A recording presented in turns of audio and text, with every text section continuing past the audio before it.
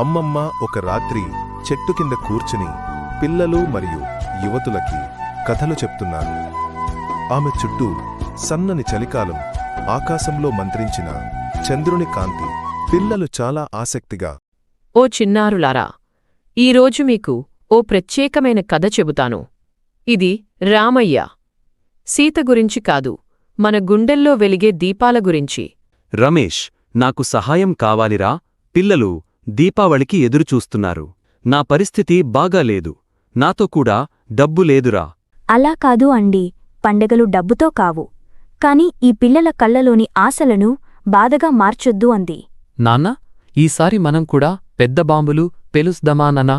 నా స్నేహితురాలు స్వాతి ఇంట్లో రంగుల దీపాలు ఇంకా చాలా క్రాకర్స్ పెలుస్తున్నారు.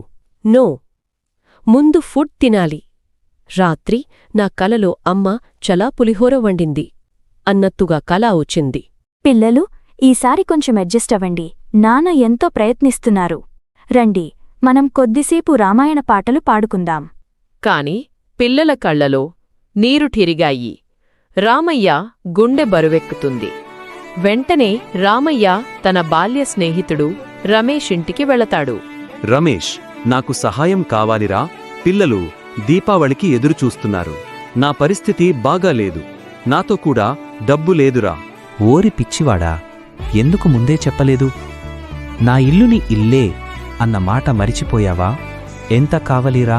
రమేష్ తన జేబులో నుంచి డబ్బులు తీసి రామయ్యకి ఇచ్చి పంపిస్తాడు.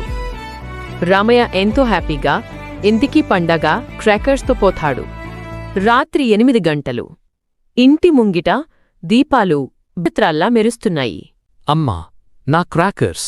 ఇది స్వాతి ఇంటి ముందు కంటే అందంగా ఉంది. బాగా పేలుతున్నాయి.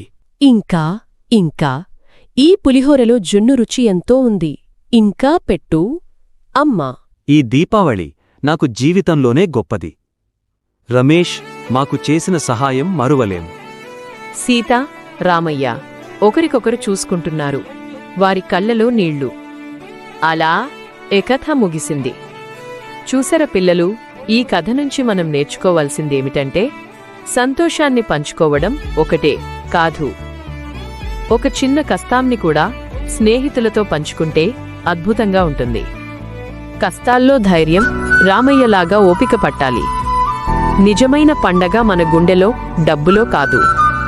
నీతి: దీపాలు, క్రాకర్స్ కొన్ని గంటలు లేదా రోజులు మాత్రమే వెలుగుతాయి, కానీ మంచి మనసులు ఎప్పటికీ ప్రకాశిస్తాయి.